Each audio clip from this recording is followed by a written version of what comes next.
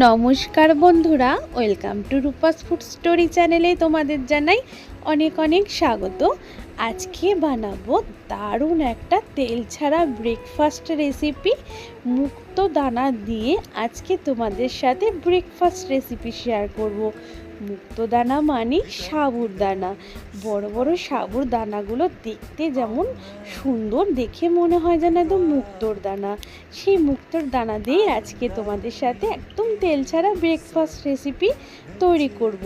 এখানে দেখো আমি মোটা দানার সাবুটা নিয়ে নিয়েছি, আর দেখতে কতটা সুন্দর সাবুদানাগুলো। প্রথমে একটা বাটিতে আমি এক বাটি মেপে সাবুদানা নিয়ে নিয়েছি। তার সাবুদানাটা নেওয়ার পরে জল দিয়ে আমি দুবার ভালো করে একটু ধুয়ে নেব। অনেক সময় সাবুদানার মধ্যে নোংরাটা থাকে, তা সেটা চলে যাবে। ভালো করে ধুয়ে নেওয়ার পরে এক বাটি জল দিয়ে সাবুদানাটাকে আমি আধ ঘন্টার জন্য ভিজিয়ে রাখবো। আধ ঘন্টা পরে ফিরে এসে সাবুদানার ঢাকনাটা খুলে নিয়েছি বাটিটার। সাবুদানাটা বেশ সুন্দর, আরও বেশি ফুলে গেছে এবং অনেকটাই নরম হয়ে গেছে।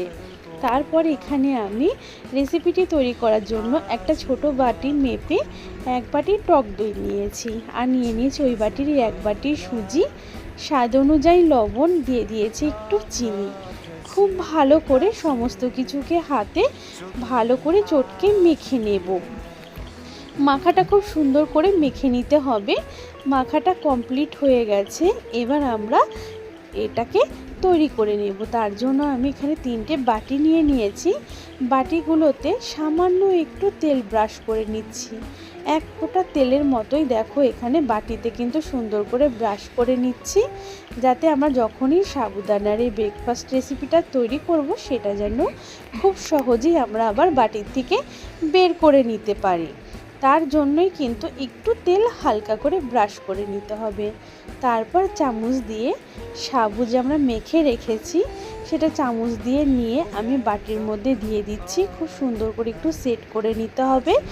বাটিতে করলে কি হবে, সাবুর রেসিপিটা দেখতে খুব সুন্দর হবে, বেশ একটা সুন্দর ডিজাইনের মতন হবে, দেখতেও ভালো লাগবে। আর কোনো জিনিস সুন্দর হলে সেটা খাওয়ার প্রতি আগ্রহ কিন্তু অনেকটাই বেড়ে যায়।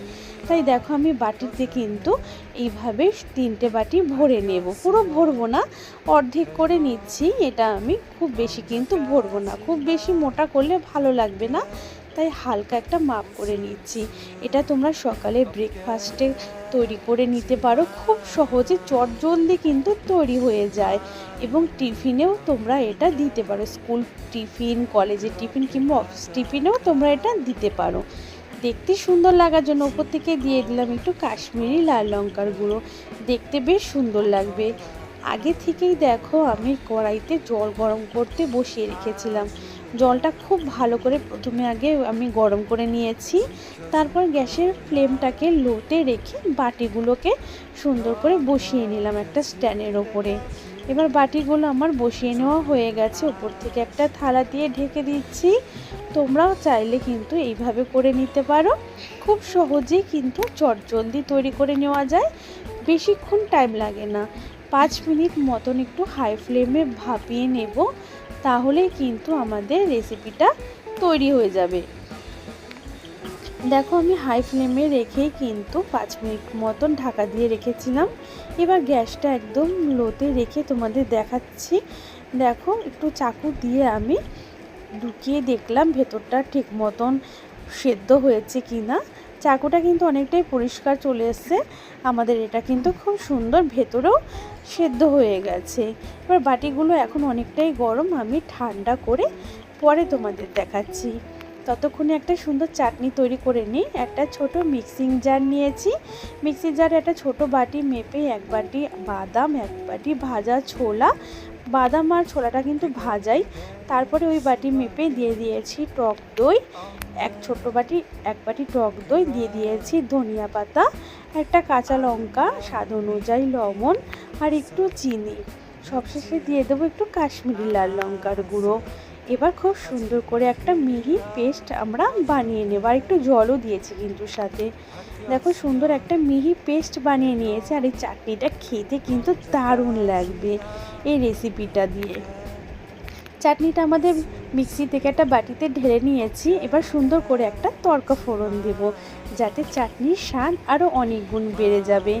একটা বাটির মধ্যে আমি একটু সর্ষের তেল নিয়ে নিয়েছি। তড়কাটা সবসময় সর্ষের তেলে ফোড়নটা দিলে বেশি স্বাদ হয়। তারপর সর্ষের তেলটা গরম হয়ে গেলে দিয়ে দিয়েছি একটা শুকনো লঙ্কা। শুকনো লঙ্কাটাকে তেলের মধ্যে একটু ভেজে নিয়ে নিয়েছি। ভাজার পরে এখানে দিয়ে দিলাম একটু সর্ষে ফোড়ন। সর্ষে ফোড়ন দেওয়ার পরে দিয়ে দেবো একটু ছোলার ডাল। তোমরা চাইলে এখানে বিউলির ডাল বা অরল ডালও ফোড়ন দিতে পারো, সেটা আজকে হাতের কাছে আমার নেই তাই দিয়েছি। তারপরে দিয়ে দিলাম একটু কারি পাতা, আর দিয়ে দিলাম আর একটু কাশ্মীরি লাল লঙ্কার গুঁড়ো। ব্যাস তেলের মধ্যে বেশ খুব সুন্দর করে একটু নেড়ে নিয়েছি। বাটিটা ধরেই আমাদের তরকাটা একদম রেডি। এবার চাটনির মধ্যে ঢেলে দিলাম। চাটনির মধ্যে ঢেলে দেওয়ার পরে সুন্দর করে চামচ দিয়ে নাড়িয়ে চাড়িয়ে আমরা চাটনির সাথে মিশিয়ে নেব। চাটনির কালারটাও সুন্দর আসবে আর চাটনির টেস্ট কিন্তু অনেক গুণ বেড়ে যাবে। এরকম চাটনি দিয়ে কিন্তু এই সাবুর এই ব্রেকফাস্ট রেসিপিটা খেতে অসাধারণ লাগবে। ভালো করে নেড়ে চেড়ে নিলেই কিন্তু রেডি হয়ে যাবে। আর সাবুদানা কিন্তু আমাদের সবার জন্য শরীরের পক্ষে ভীষণ উপকারী। আর একদমই তেল ছাড়া তৈরি সাবুর এই রেসিপি আমাদের স্বাস্থ্যের পক্ষে খুবই উপকারী। তাই ঝটপট তোমরা এটা বানিয়ে নিতে পারো। তো দেখো বাটিগুলো ঠান্ডা হয়ে গেছে। অবশ্যই কিন্তু বাটিগুলোকে আগে ঠান্ডা করে নেবে, তা নাহলে কিন্তু বার করতে গেলে ভেঙে যাবে। যখন দেখবে বাটিগুলো খুব সুন্দর ঠান্ডা হয়ে গেছে, এইভাবে একটু হাত দিয়ে চেপে চেপে সাইডগুলো ছাড়িয়ে নেওয়ার পরে দেখবে কত সুন্দর বাটি থেকে উঠে এসেছে। আর দেখো পেছনটাও কতটা সুন্দর লাগছে দেখতে, একটা বাটির ডিজাইন হয়েছে, দেখতে কতটা সুন্দর হয়েছে আর কতটা সফট আর নরম হয়েছে বন্ধুরা, সেটা তোমরা নিশ্চয়ই দেখে বুঝতেই পারছো। দারুণ সুন্দর সফট আর নরম। এটা কিন্তু ছোট থেকে বড় সবাই ভীষণ আনন্দের সাথে খাবে। আর একদমই তেল ছাড়া স্বাস্থ্যকর একটা ব্রেকফাস্ট রেসিপি বন্ধুরা। তার আরেকটাও আমি দেখো বাটির থেকে তোমাদের তুলে দেখাচ্ছি। প্রথমে সাইডগুলো বাটির থেকে ছাড়িয়ে নেবে। দেখো রেসিপিটার সাইডগুলো ছাড়িয়ে নেওয়ার পরে হাত দিয়ে কত সুন্দর উঠে আসছে আর কতটা সুন্দর একটা ডিজাইন হয়েছে বাটিটার। পেছনটাও দেখতে কতটা সুন্দর হয়েছে, ওপরটাও কিন্তু দেখতে বেশ দারুণ হয়েছে।